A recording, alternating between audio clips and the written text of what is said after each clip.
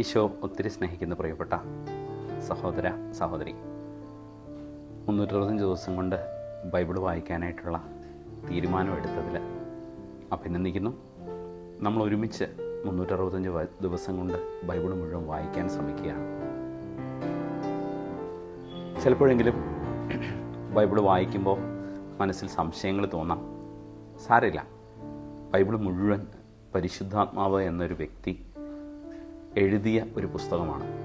യേശുവിൻ്റെ കുരിശുമരണത്തിൻ്റെയും ഉത്ഥാനത്തിൻ്റെയും സ്വർഗാരോഹണത്തിൻ്റെയും പരിശുദ്ധാത്മാവിൻ്റെ ആഗമനത്തിൻ്റെയും വെട്ടത്തിൽ അതിനെ മുഴുവൻ നമുക്ക് കാണാനായിട്ട് സാധിക്കും. മുഴുവൻ വായിച്ച് തീരുമ്പോൾ കുറേ കൂടെ ചിത്രം വ്യക്തമാവും. എങ്കിലും ഓരോ ദിവസവും അത്യാവശ്യമുള്ളവർക്ക് വേണ്ടി ചെറിയ ഒരു 3 മിനിറ്റ് റിഫ്ലക്ഷൻ ഇടാം എന്ന് വിചാരിക്കുന്നു. ഇതത്ര നിർബന്ധമുള്ള കാര്യമല്ല. ആർക്കെങ്കിലും ഇതിലൂടെ പങ്കെടുക്കണമെങ്കിൽ അതിലേക്ക് സ്വാഗതം. ഞങ്ങൾ കുറച്ച് പേര് നിങ്ങൾക്ക് വേണ്ടി പ്രാർത്ഥിക്കുന്നുണ്ട്. വചനം വായിക്കാനും വചനത്തിൽ ആഴപ്പെടാനുമുള്ള കൃപ നമുക്കെല്ലാവർക്കും ലഭിക്കാൻ വേണ്ടി. അവൻ്റെ വചനം പാദങ്ങൾക്ക് വിളക്കും വഴിയിൽ പ്രകാശവുമാണ്. ചുരുളുകൾ അഴിയുമ്പോൾ പ്രകാശം പടരുന്നു. നമ്മളിലൂടെ ദൈവത്തിന് പ്രകാശം പടരാൻ ഈ ഒരു ശുശ്രൂഷ കാരണമാകും എന്ന് ഞാൻ കരുതുന്നു. ദൈവം നിങ്ങളെ ഓരോരുത്തരെയും സമൃദ്ധമായി അനുഗ്രഹിക്കട്ടെ. നമ്മൾ ദൈവവചനം ആരംഭിക്കുമ്പോൾ ഉൽപ്പത്തിയുടെ 1, 2 അധ്യായങ്ങളും സങ്കീർത്തനത്തിൻ്റെ 19-ാം സങ്കീർത്തനവുമാണ് നമ്മൾ പങ്കുവയ്ക്കുക. എനിക്ക് ഈ വചനഭാഗങ്ങളിലൂടെ ഉൽപ്പത്തിയിലൂടെ കടന്നു പോകുമ്പോൾ ഒത്തിരി സംശയങ്ങൾ തോന്നിയിട്ടുണ്ട്. മണ്ണ് കുഴച്ച് ഈശോ മനുഷ്യനെ സൃഷ്ടിക്കുകയായിരുന്നോ, ദൈവം മനുഷ്യനെ സൃഷ്ടിക്കുകയായിരുന്നോ എന്നൊക്കെ ഞാനും ചിന്തിച്ചിട്ടുണ്ട്. ഇതൊരു വെറും കഥയല്ലേ എന്ന് ചിലപ്പോൾ എനിക്ക് തോന്നിയിട്ടുണ്ട്. അതൊരു കഥയാണ്, പക്ഷേ ആഴത്തിൽ അർത്ഥങ്ങളുള്ള ഒരു കഥ. എൻ്റെ ജീവിതത്തിൽ ഒരു അനുഭവം ഉണ്ടായിട്ടുണ്ട്.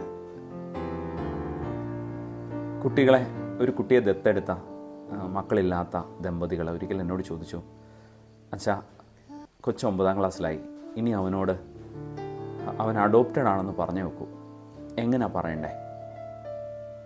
തമ്പുരാൻ തോന്നിപ്പിച്ചൊരു, ഞാൻ എവിടെയോ കേട്ട ഒരു കാര്യം ഞാൻ അവരോട് പങ്കുവെച്ചു. അതിങ്ങനെയാ, ഓനെ സാധാരണ ഒരു അമ്മയ്ക്ക് വയറ്റിലാണ് കൊച്ചു ജനിക്കുന്നത്, പക്ഷേ ഞങ്ങൾക്ക് നീ ജനിച്ച ഹൃദയത്തിലാണ്. നമ്മൾ സയൻറ്റിഫിക്കായിട്ട് നോക്കിയാൽ അവർ പറഞ്ഞ കാര്യം പൊട്ടത്തരമാണ്, പക്ഷേ അതാണ് കൂടുതൽ വലിയ യാഥാർത്ഥ്യം.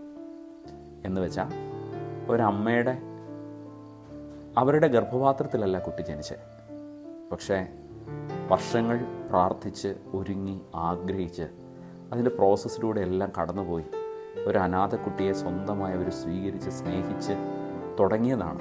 അവർ ഹൃദയത്തിലാണ് ജനിച്ചതെന്ന് പറഞ്ഞതിൻ്റെ അർത്ഥം. ഈ പറഞ്ഞ പോലെ ദൈവം ആകാശവും ഭൂമിയും സൃഷ്ടിച്ചതും മനുഷ്യനെ മണ്ണുകൊണ്ട് നനഞ്ഞുണ്ടാക്കിയതും ഒക്കെ കേൾക്കുമ്പോൾ കൂടുതൽ ഡീപ്പായ അർത്ഥതലങ്ങളിലേക്ക് നമുക്ക് പോകാൻ കഴിയണം.